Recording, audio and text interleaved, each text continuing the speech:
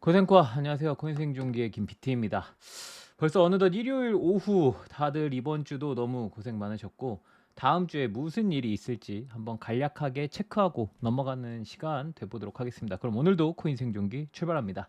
가자! 구독, 좋아요, 알림 설정 부탁드립니다. 오늘도 소중한 시간 내주신 구독자, 시청자 여러분들 항상 감사하고 사랑합니다. 이번 주죠. 이번 주라고 해야 되나요? 이번 주에는 FOMC랑 PC 발표가 있었죠. 물론 8월에 이제 잭슨홀 미팅이 있기는 하지만 앞으로 9월 말에나 있을 FOMC를 생각하면 꽤나 긴 시간 동안 금리 인상에 대한 이제 공백이 생기게 되죠. 물론 파월이 이야기했던 이번 FOMC에서도 이야기했던 말은 뭐 똑같았습니다. 여전히 데이터를 봐야 하고 데이터에 따라 움직이겠다. 앞으로 나올 데이터죠. 그러면서 물가에 대한 이야기를 한 개 더 했거든요. 25년까지 2%의 물가는 보기 힘들 수도 있다라는 이야기를 합니다. 그리고 게다가 지금 뭐 일본도 이제 상황이 좋지 않아요. 뭐 YCC를 유지하고 있는데 일본 정책을 뭐 바꾸기 시작하면서 힘들어지는 건 미국까지 이제 힘들어지게 될 테니까 말이죠.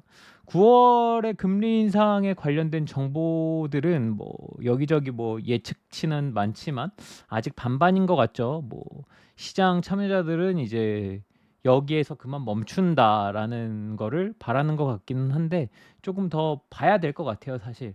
이번 주 이제 지표들을 보면 화요일 날 월요일은 사실 뭐 발표할 게 내일은 딱히 없을 것 같고 화요일 날 이제 ISM 제조업 관련된 거 이게 이제 뭐 실제 경제가 얼만큼 좋냐 이런 거고 졸트 보고서 이렇게 노동과 관련된 지표가 있고요.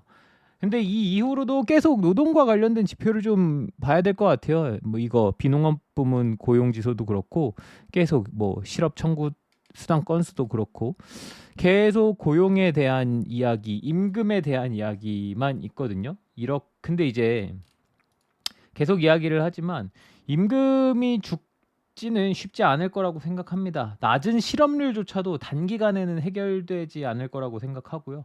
오히려 미국인들이 뭐 지금 갖고 있는 예금과 저축액들이 바닥을 드러내고 있다 이런 이야기들이 많죠. 결국 소비할 수 있는 여윳돈들이 사라지고 있기 때문에 물가가 이제 조금 물가가 좀 더 잡힐 거다 이런 이야기들도 있기는 한데 돈이 부족하면 부족할수록 오히려 더 나가서 알바라도 할 생각을 하지 않을까요? 그렇게 보면 역시 임금과 노동시장은 쉽게 죽을 것 같지는 않습니다. 그래 뭐 이런 생각을 잠깐 해보고요. 현재는 사실 고물가 그리고 고금리임은 확실은 합니다. 이게 이 두 가지가 경제 안정성을 생각해 본다면 좋지는 않은 거죠. 뭐 물론 코로나 때 비정상적인 통화 정책에 대한 부분도 없지 않아 있지만 이런 상황에도 계속적으로 미국의 성장 기대치는 올라가고 있습니다. 점점 상향되고 있는 상황이거든요. 여전히 남은 하반기 추가 성장을 기대하고 있는 과정 속에서 저물가 저금리를 우리가 외치는 것이 맞나라는 생각을 조금 해봅니다. 예측도 예측이지만 결국엔 대응도 준비되어야 하는 시장이잖아요.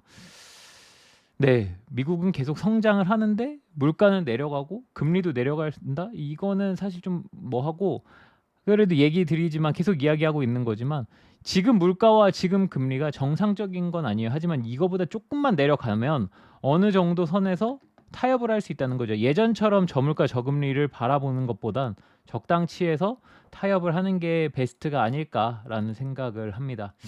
사실 지금 뭐 비트코인도 엄청난 횡보를 하고 있기 때문에 다들 지루한 하루하루 보내고 있을 거라고 생각합니다. 그래도 조금만 더 버텨봅시다. 이제 와서 상승에 대한 희망을 포기하기엔 기다린 시간이 조금 너무 아까운 것 같습니다. 그럼 오늘은 여기까지. 모든 구독자 시청자 여러분이 페라리를 사러 가는 그날까지 코인생존기는 계속됩니다.